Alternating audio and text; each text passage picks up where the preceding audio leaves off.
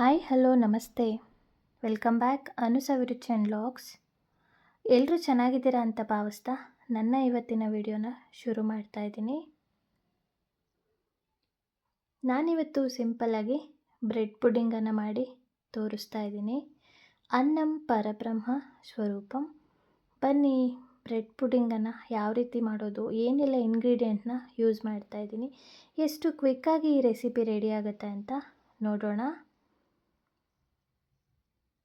ಮೊದಲಿಗೆ ನಾನಿಲ್ಲಿ ಒಂದು ಪಾತ್ರೆಗೆ 3 ಗ್ಲಾಸಷ್ಟು ಹಾಲನ್ನು ಸೇರಿಸ್ಕೊಂಡಿದ್ದೀನಿ. ಅದಕ್ಕೆ ಸ್ವಲ್ಪ ಸಕ್ಕರೆಯನ್ನು ಆ್ಯಡ್ ಮಾಡ್ಕೋತಾ ಇದ್ದೀನಿ. ಇವಾಗ ನಾನು ಅದನ್ನು ಕಾಯಲಿಕ್ಕೆ ಇಟ್ಟು 2ರಿಂದ 3 ಸ್ಪೂನಷ್ಟು ಕಸ್ಟರ್ಡ್ ಪೌಡರನ್ನು ತಗೊಂಡಿದ್ದೀನಿ. ಇದಕ್ಕೆ ನಾನು ಸ್ವಲ್ಪ ತಣ್ಣೀರನ್ನು ಹಾಕ್ಕೊಂಡು ನೀಟಾಗಿ ಗಂಟಿಲ್ಲದೆ ಇರೋ ರೀತಿ ಕರಗಿಸ್ಕೊತಾ ಇದ್ದೀನಿ. ಇದನ್ನು ಸ್ಪೂನ್ ಸಹಾಯದಿಂದ ತಿರುಗಿಸ್ಕೊತಾ ಇದ್ದೀನಿ. ಸೊ ಒಂದು ಗಂಟಿಲ್ಲದೆ ಇರೋ ಥರ ಈ ರೀತಿ ಮಿಕ್ಸ್ ಮಾಡ್ಕೊಳ್ಳೋಣ. ಇದು ರೆಡಿ ಆದಮೇಲೆ ಇದನ್ನು ಪಕ್ಕಕ್ಕೆ ಇಟ್ಕೊಂಡು ನಾನು ಮತ್ತೊಂದು ಬೌಲಿಗೆ ಫ್ರೆಶ್ ಕ್ರೀಮನ್ನು ಆ್ಯಡ್ ಮಾಡ್ಕೋತಾ ಇದ್ದೀನಿ. ನಾನಿಲ್ಲಿ 2 ಸ್ಪೂನಷ್ಟು ಫ್ರೆಶ್ ಕ್ರೀಮನ್ನು ತೊಗೊಂಡಿದ್ದೀನಿ.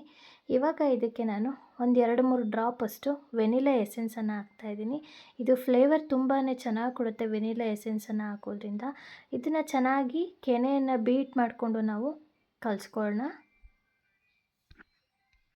ಇದನ್ನು ಅಷ್ಟೇ ಚೆನ್ನಾಗಿ ಮಿಕ್ಸ್ ಮಾಡ್ಕೊಂಡು ಆದಮೇಲೆ ನಾನು ಬ್ರೆಡ್ ಸ್ಲೈಸನ್ನು ತೊಗೊಂಡು ಎಲ್ಲ ಸೈಡು ಈ ರೀತಿ ಎಡ್ಜಸ್ನ ಕಟ್ ಮಾಡಿಕೊಂಡು ಚಿಕ್ಕದಾಗಿ ಸ್ಲೈಸನ್ನು ಮಾಡ್ಕೊಂಡಿದ್ದೀನಿ. ಇನ್ನು ಚಿಕ್ಕದಾಗಿ ಬೇಕು ಅಂದರೆ 4 ಭಾಗವಾಗಿ ಮಾಡ್ಕೋಬೋದು ಒಂದು ಸ್ಲೈಸಿಂದ. ನಾನಿಲ್ಲಿ ಹಾಲು ಕಾಯ್ದಿದೆ. ಈ ಹಾಲಿಗೆ ನಾನು ಕಸ್ಟರ್ಡ್ ಪೌಡರ್ ಮಿಶ್ರಣ ಮತ್ತು ಫ್ರೆಶ್ ಕ್ರೀಮ್ ಮಿಶ್ರಣ ಏನಿದೆ ಎರಡನ್ನೂ ಆ್ಯಡ್ ಮಾಡಿ ನೀಟಾಗಿ ಕಲಿಸ್ಕೊತಾ ಇದ್ದೀನಿ. ಇದು ಗಟ್ಟಿ ಆಗ್ತಾ ಬರುತ್ತೆ. ಕಸ್ಟರ್ಡ್ ಪೌಡರ್ ಮಿಶ್ರಣನ ಆ್ಯಡ್ ಮಾಡಿದ ಮೇಲೆ 2 ನಿಮಿಷ ಈ ರೀತಿ ಕುದಿಸ್ಕೋಬೇಕಾಗತ್ತೆ. ಇವಾಗ ಪುಡ್ಡಿಂಗ್ ರೆಡಿಯಾಗಿದೆ. ಒಂದು ಪ್ಯಾನ್ಗೆ ಈ ರೀತಿ ಪುಡ್ಡಿಂಗನ್ನು ಸೇರಿಸ್ಕೊಂಡು ಕ್ರಷ್ ಮಾಡಿರೋ ಅಂಥ ಡ್ರೈ ಫ್ರೂಟ್ಸನ್ನು ಆ್ಯಡ್ ಮಾಡ್ಕೋತಾ ಇದ್ದೀನಿ. ಮತ್ತು ಮೇಲೆ ಕೇಸರಿ ದಳನ ಹಾಕ್ಕೋತಾ ಇದ್ದೀನಿ. ಇದರ ಮೇಲೆ ಬ್ರೆಡ್ ಸ್ಲೈಸ್ ಏನಿದೆ ಎಡ್ಜಸ್ ತೆಗೆದಿರೋದು ಅದನ್ನು ಈ ರೀತಿ ಇಟ್ಕೊಳ್ಳೋಣ. ಮತ್ತು ಅದರ ಮೇಲೆ ನಾವು ಪುಡ್ಡಿಂಗನ್ನು ಆ್ಯಡ್ ಮಾಡ್ಕೊಳ್ಳೋಣ. ಮತ್ತು ಕ್ರಷ್ ಮಾಡಿರೋ ಡ್ರೈ ಫ್ರೂಟ್ಸನ್ನು ಹಾಕೋಣ. ಇದೇ ಪ್ರೊಸೀಜರ್ನ ಎಲ್ಲ ಸ್ಲೈಸ್ ಕಂಪ್ಲೀಟ್ ಆಗೋವರೆಗೂ ನಾವು ಮಾಡ್ಕೋಬೇಕಾಗತ್ತೆ. ಕೇಸರಿ ದಳನ ಹಾಕೋದ್ರಿಂದ ಎಕ್ಸ್ಟ್ರಾ ಟೇಸ್ಟ್ ಇರುತ್ತೆ, ತುಂಬಾ ಚೆನ್ನಾಗಿರುತ್ತೆ. ನಾವಿಲ್ಲಿ ಧಾರಾಳವಾಗಿ ಡ್ರೈ ಫ್ರೂಟ್ಸನ್ನು ಆ್ಯಡ್ ಮಾಡೋದ್ರಿಂದ ಎವ್ರಿ ಬೈಟ್ ಕ್ರಂಚಿಯಾಗಿ ನಮಗೆ ಬಾಯಿಗೆ ಸಿಗ್ತಾ ಇರುತ್ತೆ. ಡ್ರೈ ಫ್ರೂಟ್ಸು ತಿನ್ನಲಿಕ್ಕೆ ತುಂಬಾ ರುಚಿಯಾಗಿರುತ್ತೆ. ನೋಡಿ ಈ ರೀತಿ ಸ್ಟೆಪ್ ನಾವು ಮಾಡ್ಕೋಬೇಕಾಗತ್ತೆ.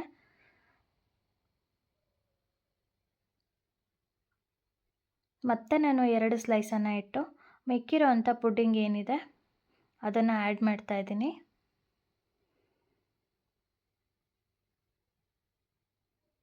ನೋಡಿ ಎಲ್ಲ ಕಡೆ ನೀಟಾಗಿ ಸ್ಪ್ರೆಡ್ ಮಾಡ್ಕೋಬೇಕು. ಇದನ್ನು ನಾವು ಹಾಕಿದಾಗ ಬ್ರೆಡ್ ಅದನ್ನೆಲ್ಲ ಹೀರ್ಕೊಳ್ಳುತ್ತೆ.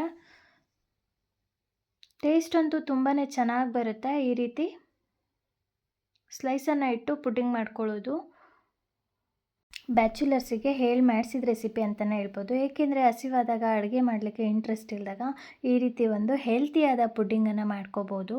ನೋಡಿ ಡ್ರೈ ಫ್ರೂಟ್ಸು, ಹಾಲು ಇದೆಲ್ಲ ಆರೋಗ್ಯಕ್ಕೆ ತುಂಬಾ ಒಳ್ಳೆಯದಲ್ವಾ. ಸೊ ಒನ್ ಟೈಮ್ ನಾವು ಅಡುಗೆ ಮಾಡಲಿಕ್ಕೆ ಇಷ್ಟ ಇಲ್ಲದಾಗ ಈ ರೀತಿ ಮಾಡ್ಕೊಂಡು ತಿನ್ಬೋದು. ತುಂಬಾ ಟೇಸ್ಟಿಯಾಗಿರುತ್ತೆ. ಸಿಂಪಲ್ಲಾಗಿ ಈಸಿಯಾಗಿ ಅಷ್ಟೇ ಕ್ವಿಕ್ಕಾಗಿ ಕೂಡ ಮಾಡ್ಕೋಬೋದು. ಹೊಸದಾಗಿ ಯಾರೆಲ್ಲ ನನ್ನ ಚಾನಲನ್ನು ನೋಡ್ತಾ ಇದ್ದೀರಾ ಸಬ್ಸ್ಕ್ರೈಬ್ ಮಾಡಿಲ್ಲ ಅಂದರೆ ಸಬ್ಸ್ಕ್ರೈಬ್ ಮಾಡ್ಕೊಂಡು ನೋಡಿ. ಪಕ್ಕದಲ್ಲಿರೋವಂಥ ಬೆಲ್ಲೈಕನ್ ಕ್ಲಿಕ್ ಮಾಡಿ ಆಲ್ ಬಟನ್ ಮರೀದೆ ಸೆಲೆಕ್ಟ್ ಮಾಡಿ. ನಾನು ಯಾವುದೇ ಹೊಸ ವಿಡಿಯೋ ಅಪ್ಲೋಡ್ ಮಾಡಿದ್ರೂ ಕೂಡ ನಿಮಗೆ ನೋಟಿಫಿಕೇಷನ್ ಬರುತ್ತೆ. ನನ್ನ ಈ ವೆಜ್ ರೆಸಿಪಿ ಚಾನಲ್ ನಿಮಗೆ ಇಷ್ಟ ಆದಲ್ಲಿ ಫ್ಯಾಮಿಲಿ, ಫ್ರೆಂಡ್ಸ್, ರಿಲೇಟಿವ್ಗೆ ಸಜೆಸ್ಟ್ ಮಾಡಿ ನನ್ನ ಚಾನಲ್ ಅಂತ ಕೇಳ್ಕೊಳ್ತಾ ಇದ್ದೀನಿ. ಈ ಬ್ರೆಡ್ ಪುಡ್ಡಿಂಗ್ ರೆಸಿಪಿ ನಿಮಗೆ ಇಷ್ಟ ಆದಲ್ಲಿ ಹೇಗಿತ್ತು ಅಂತ ಮರೀದೆ ಕಮೆಂಟಲ್ಲಿ ಶೇರ್ ಮಾಡಿ.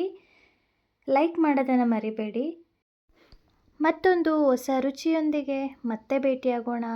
Thank you for watching. Take care. Bye. ಧನ್ಯವಾದಗಳು.